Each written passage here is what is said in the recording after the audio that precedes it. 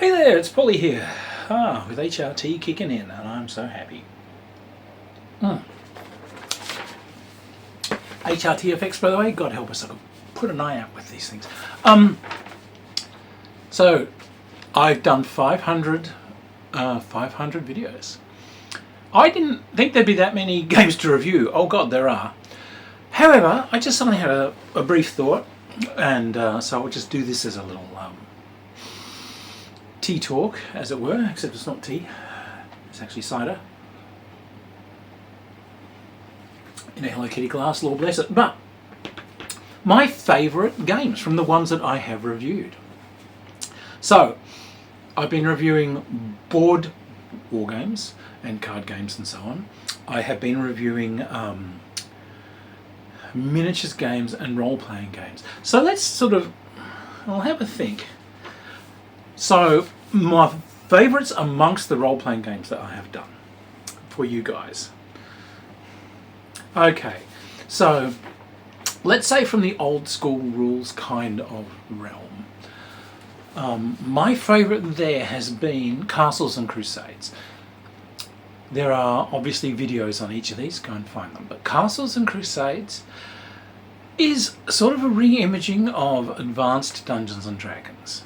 They've done a brilliant job because Advanced Dungeons and Dragons had rules that are most kindly described, in the words of my people, as being all over the place like a mad woman's shite. But they took that mass of ridiculous and often contradictory rules and turned it into something simple. They have a system called the Siege system, which makes a consistent game mechanic where all of your attack rolls, your saving rolls and so forth all come in under the same dice roll system. So there's a logic to the game engine as opposed to Advanced D&D, which had like different types of dice going all over the place. So it's got a good unifying simple game system. It's exactly D&D, so it's got what we know and remember. It's levels, it's longswords that do a D8, it's all the spells you love, it's all the monsters you love, it's all of that. But what makes it shine is that very simple, modern aesthetic game system that ties it all together. So that's a favourite. Basic Role-Playing by Chaosium remains one of my favourites because of the sheer flexibility of the system. It is a skill-based, percentile-based game. It's been around since like its first appearance was essentially as RuneQuest back in the 70s, and it's gone strong ever since. So this is what Call of Cthulhu is based on, this is sort of where Pendragon has come from, etc. The BRP rulebook, which they've re-released recently, is a magnificent thing. Get the hardcover if you can. It's just so flexible. If you want to play superheroes, if you want to play Hindu gods, if you want to play mecha pilots, if you want to do sword swinging adventurers, it's all in there. You can do it all, and you can do it with a system that makes perfect sense. It's percentile dice, roll equal to your skill number or less. There are different layers of difficulty and kind of changes to your taste in the system. If you want a hit location system in combat, you can have it. If you don't have it. If you want extra kind of rules for extra tactics or whatever in combat and things, you can do it, or you don't want to do it. You can choose from what kind of special powers you want in the setting you're doing. Do you want a Star Warsy thing with this psychic powers? Okay, we'll use the psychic power lists over here and use the lists of kind of technological weapons for that. Or I want more of a I'm trying to do a very mystic kind of Stone Age thing. Okay, well, why not pick from some of the more shamanistic-y, spirity based powers over here, and we'll stick with the more primitive lists. Easy, you can make it your own. So I love that game because it is just so infinitely massageable to be the thing that you want. A perfect role-playing tool. Fantastic piece of work. Likewise, I think my third favourite is everything from the Cepheus family. So, long ago there was Traveller, the original science fiction role-playing game. It used a 2d6 system, And basically, to succeed at a skill, you rolled an 8 or higher.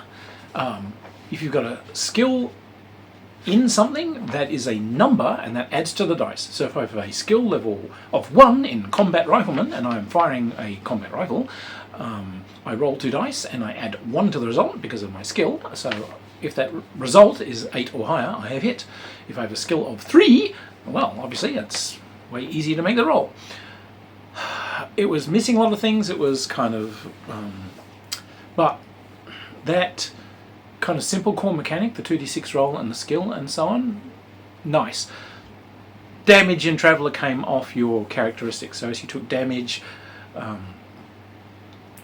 it would remove from your strength, your endurance, or your dexterity. You had to roll to get through armor, etc. Later versions of the system used damage absorption from weapons, so different armor reduced the damage from weapons, etc. However, Cepheus turned up, and Cepheus decided to clean up that system, to play with different ways of utilizing that 2d6 mechanic, and came up with a clean, modern design aesthetic that is easier to play and far more flexible than original Traveller, but maintains that incredible robust simplicity. There are a stream of different Cepheus products. There's things like Hostile, which is a science fiction version of Cepheus that is aimed entirely at playing kind of retro 80s stuff inspired by things like Alien and, you know, perhaps The Thing or Event Horizon, horror kind of grungy sci-fi play. There are science fiction versions of this. There are classic sci-fi versions, you know, rockets with fins, ray guns, and skin-tight spacesuits and bubble helmets. There are things like Swords of Cepheus, where they've taken these rules and mechanics and used them to do sword and sorcery, sword and planet, sword and sandals tales. So this has been turned into stuff that you can use for horror gaming, for fantasy gaming, you know, sword and sorcery, sword and planet, you know, John Carter of Mars, all these sorts of things. A flexible system, Cepheus. So those would be my favourites from the role-playing games I've done thus far, because of their flexibility, because of their simplicity. You can read them, get into them and play them without having to read 500 million books of lore, or they're basically argument-free systems. There's no room in here for some idiot to be screaming about how page 34 says that their character can mysteriously wield 2 chainsaws while riding a bicycle uphill in a swamp. You know, there's none of that. They're good, clear systems that you can do anything with. So they're great. I guess honourable mention would come to a couple for the imagination in the setting. So I think one of the finest role-playing game settings ever made, and that is made by role-playing gamers for role-playing gaming, is Space 1889. That is a fantastic setting. A fantasy 1889 where Edison has made an ethereal propeller, mankind has managed to land on Mars and so on, and here's all these very kind of somewhat Martians that have had a high civilization and degenerated, lizard men and dinosaurs on the moon, on Venus, and you've got Selenites in tunnels under the moon. Great stuff, fantastic for adventure. The rules themselves of the original Space 1889, execrable. Some of the worst science fiction role-playing rules ever written. There is a modern version of it which work extremely well, and it's been adapted to other systems. You know, like you can get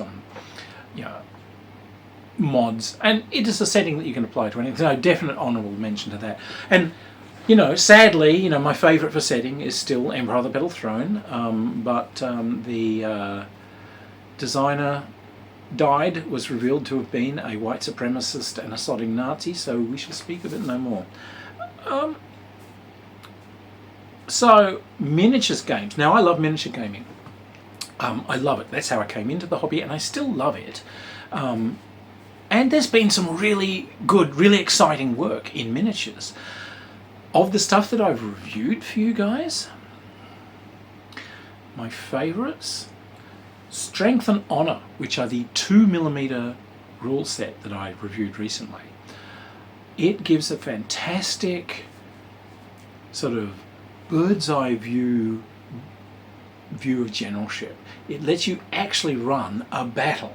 You can be running actual Caesar's legions. You can play any battle from history. Most miniatures games, the scale is wrong.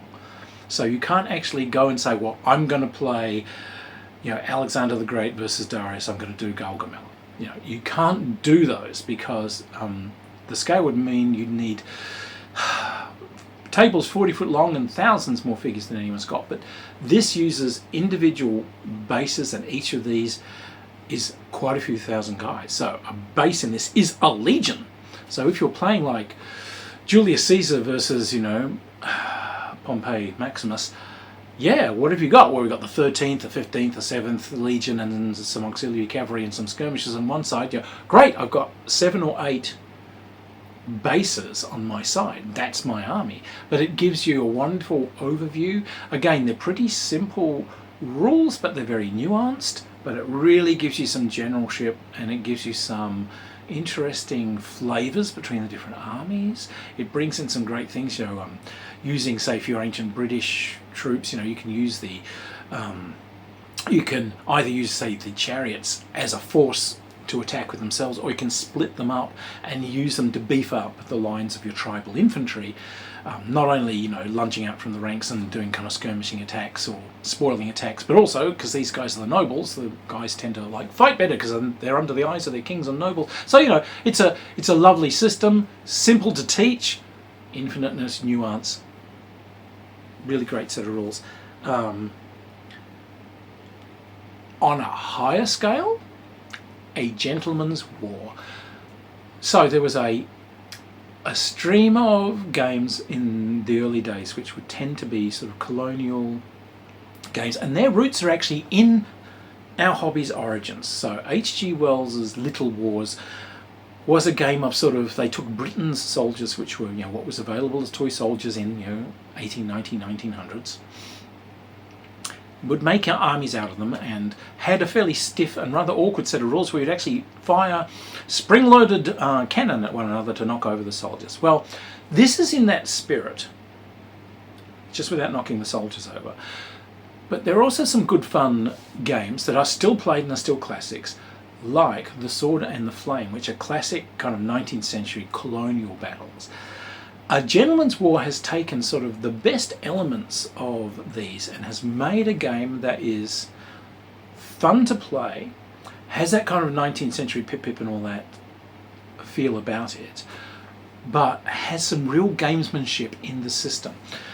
It uses a card-based system to determine which unit on each side moves. So one of you is red, one of you is black. There's an ordinary set of cards and you draw from them, and whichever person's colour comes up, they get to move. However, you've also got some holdout cards in your hand. You can spend these to try and trump the other guy's card if he's played one, and try and take a spoiling move before he's done things, or get an extra move in. You can, some of the court cards can give you extra moves, extra movement, or you can use some of these combined with other cards in your hand to get an extra move out of something that's already moved once in the turn. So it's not as staid and stolid and predictable as a game that just has a you go or I go, or there's a card for every unit. We put them in a pile, shuffle them, and they'll each move at random until everyone's had a go. There's a random card, and I think when the jokers come up in A Gentleman's War, the turn is just over. So you might not get to move all of your stuff. The thing will be just over. It uses simple systems. It can be used for sort of playing demi-historical stuff. What if those rotten French did decide to come over and invade Old Blighty? So you can bring out your kind of 1890s or 1880s kind of French troops and British and just play a battle game. Or you can play colonially stuff. There's rules for colonial matters. If you actually honestly wanted to do like a Sudan War, or fighting on the northwest frontier, or Zulu Wars or something, you can do it in these. It's not... the rules are written with a tongue-in-cheek feel, but it actually is a really good game, and the gamesmanship in that very simple card system works really well. It doesn't have the clunkiness of some of the combat systems you'll see in the 1970s miniatures games. So it's like the best of it. It's like the fun of those old 1970s games where you had individually based figures where you're playing. They're kind of almost a skirmishing game. A regiment's 15 or 16 miniatures, so you can have like 5 or 6 regiments on the field or companies on the field, and it's cost you nothing. There's a sizable community of people who are playing this with like plastic miniatures just bought from Italieri and these sorts of different groups. They're fine, they look great, and I think these are truly good miniatures rules. For number 3, well, I found the best fantasy rule set for miniatures that I've yet seen, because I quite like fantasy miniatures. Fantastic Battles, and you can find it on Amazon. Again, all of these are ones that I've done reviews of here. Fantastic Battles is the best fantasy miniature set that I've seen, because it allows you to customize everything to whatever you want. Each side of the battle, you have a points budget that you've each got. You design your troops, so you can take a troop type and it has a basic style that you've got it on the board. It can be a unformed troops, which could be like a mad crazy warband of orcs or a swarm of skirmishers or something, or it could be formed troops as the mighty elven phalanx, or this could be the disciplined longbowmen, or it could be a close order group of dwarves with spears or what have you, or you can get sort of skirmishing ones. You can get ones that are largish monsters, battle machines, artillery pieces. You get a basic format you choose, and then there's this whole list of different advantages, disadvantages, and powers and things that you can get. Some will give you points. They cost you points or give you points back. So if you decide, I want to do an Elvish army. I want to split it between. I really liked the opening battle in the Lord of the Rings movie. Yeah, these guys have the spears and like the kind of Naganatas, but they've got the archers supporting them. Okay, so I'm going to make a unit. It's going to be like a two-handed cutting weapon. So I'm going to take the polearms ability, which gives them like some combat bonuses.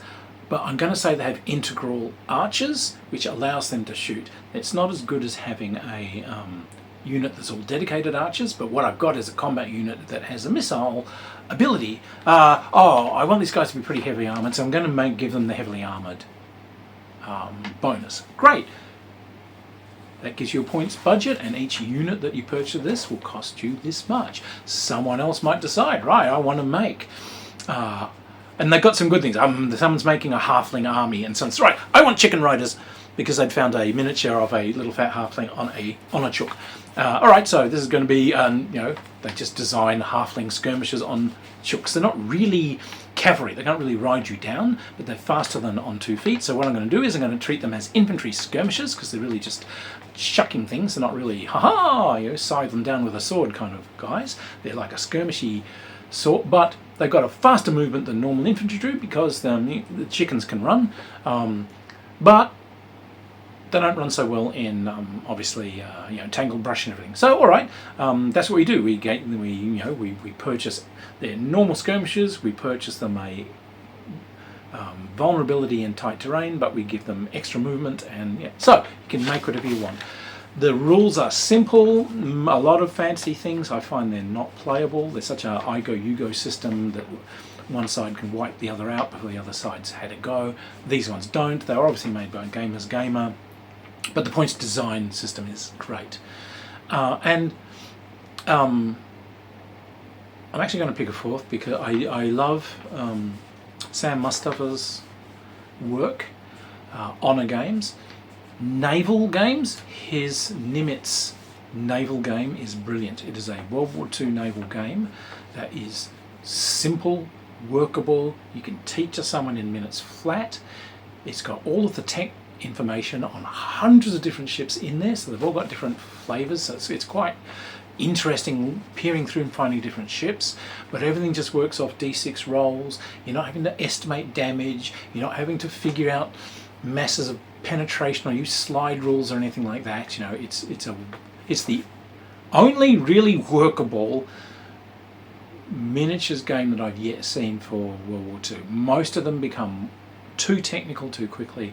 This one decided to say, sure, these things have these theoretical abilities, but here's how they're actually used. So these things tended to fall into these more general categories because this tended to be where things were useful. So he generalizes, and in generalizing gives you a playable game that is actually a really good historical simulation.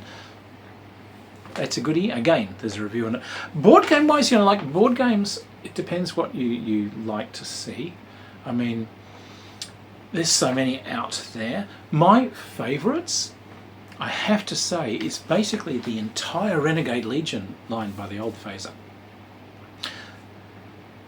Phaser came up with a thing called Interceptor, which was a space combat system, and that space combat system for fighting between space fighters, it was enormously good fun. You had this system where you could kind of literally carve divots into each other's armour. You had the arm was drawn out on a grid. It would be 10 wide by however deep, however thick your armour was, and different sorts of weapons when they hit would carve out, using a template, different holes in this armour, and you kind of undermine it. So you got some things that lasers would fire narrow shots through. You get scatterpack missiles, which would do just like a few little holes here and there. You get hammerhead rounds, which would penetrate in and then blow sideways. So you kind of like carve into each other. It had a great ship design system, and of course the great rule in anything that has a ship design system is that all ships designed by the actual game designers are shite. Always design your own. They never know how their own system works. You need a damn fine mini-maxer, like me. But they moved on and they did a game called Centurion, set in the same universe, using the same mechanisms, and it meshed perfectly with Interceptor, so that you can have an air-land battle, where everything's working together under the same sort of rules. But Centurion was the best science fiction land combat game I have ever come across, because it had this separation of arms. You had the tanks, which are great fun, and there are tank design rules, so everyone is there trying to make their super tanks, and they carved armour off each other the same way. It had a slightly streamlined version of the internal damage system, but you could apply the one from Interceptor as well. But they have infantry, and infantry, the main defence things had was screens, which could stop things from hitting them. But the infantry can play lasers at short range over these tanks that basically feed the flicker rate and everything on the screens to a computer and allow their own vehicles to shoot. So if the enemy has infantry near your tanks are incredibly vulnerable. Tanks can certainly attempt to attack infantry, but if they get too close, obviously the infantry can close assault them. The best thing for getting rid of artillery, for infantry, is artillery, which is really good at blowing away infantry. The best thing at destroying artillery was tanks. So you had this 3 branches of service where you're going to want tanks, but you've got to have infantry supporting them, because you're trying to get those infantry close to the other guy's tanks so that your tanks are more effective, and you're having to cover yourself with artillery to keep his infantry away from you, and you're having to send vehicles to try and hunt and seek his artillery to overrun it, and meanwhile the space fighters dive bombing you from above, and that was great. They also did a game called Leviathan, which is spectacularly good, which is a game of massive ships fighting each other. These are the capital ships of the year, and they're kilometres long, and this thing had this wonderful ponderous feel to the move, used the same mechanisms as the others, and the fighters from the other game, these ships are sending forth fighter squadrons and wings against each other. So between the lines, as these giant ships are approaching, you've got these fighters blazing away. And again, you don't want the fighters swarming all over your capital ships because they could attack the outer systems, so they can remove the fire controls and blow up the weapons and so on and make you more vulnerable. So you need your own fighters to basically... Are you going to send your fighters to swarm the other ship and try and do that damage?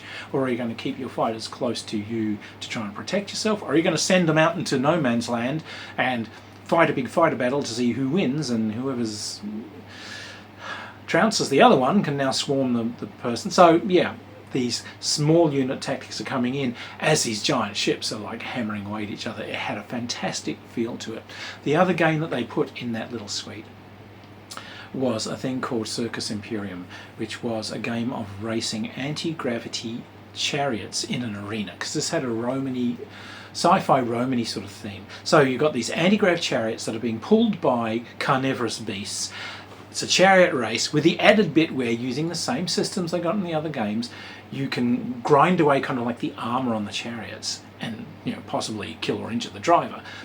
If you drive up behind someone, the beast can like start snapping at his chariot. You can kind of grind people against the walls. It was quite a clever game because they were safe speeds at which you can make it round corners, but if you want to take the chance, you can go faster than those speeds. Obviously, you tend to slide outwards as you do, so you might grind against the walls and grind into your chariot and damage it. But you would also draw some cards if you do start grinding against the wall, because there might be damage. It was the boys round the bend who are always sitting there yelling and screaming.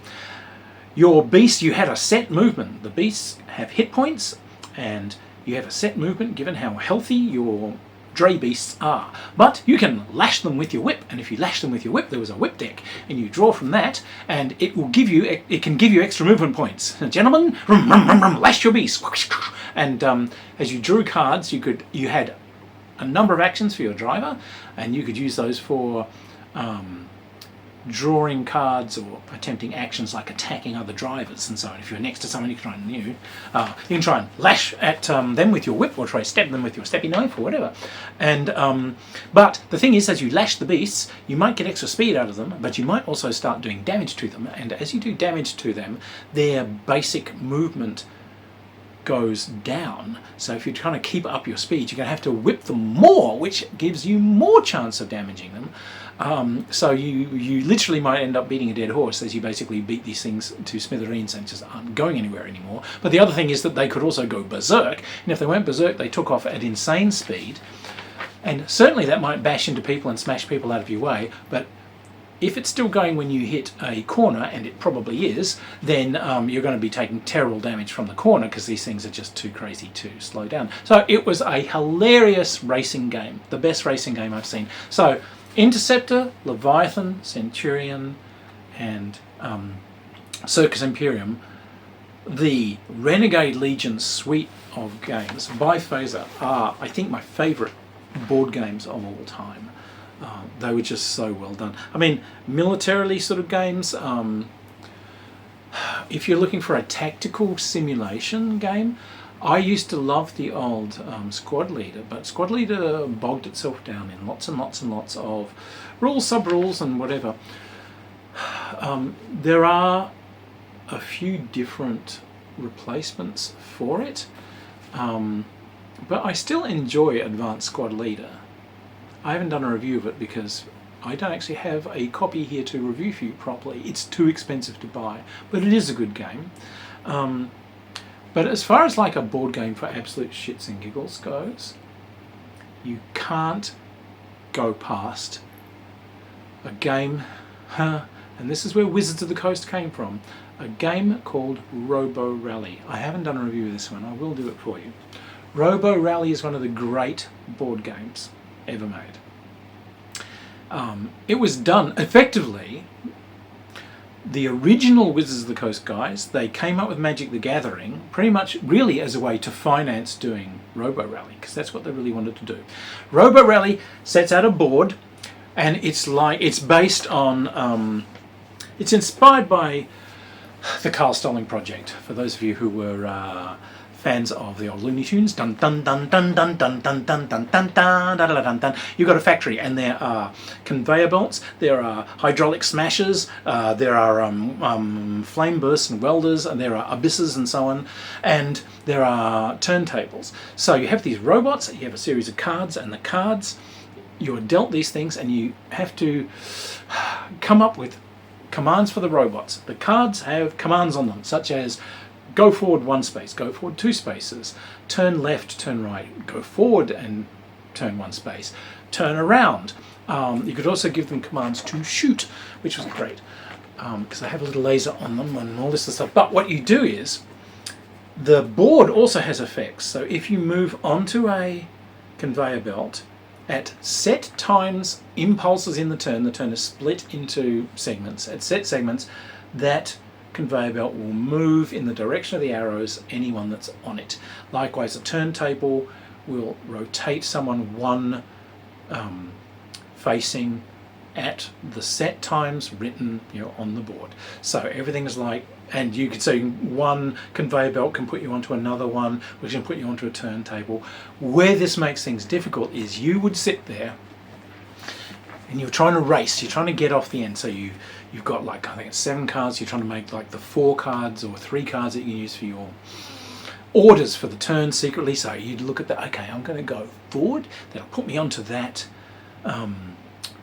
conveyor belt. I just have to sit 2, 3, it'll take me to there, and then if I go forward again, that puts me onto that rotating thing, which will then rotate me, and then I'll go forward, and I'm in the clear, ready to go next turn, and I've gone all this way. Fantastic, that's what I'll do.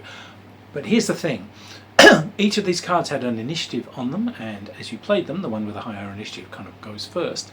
And if one robot moves into a space where another robot is, it bumps the other robot onwards.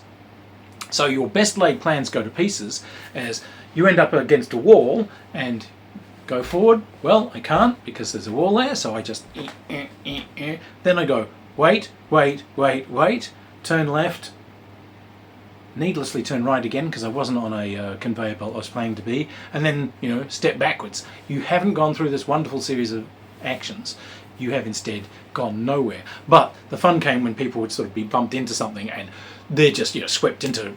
They've timed this exactly. I'll walk here, wait, hammer will hit. Now I'll go 2 past it, hammer will hit, but I'm past it. Fantastic.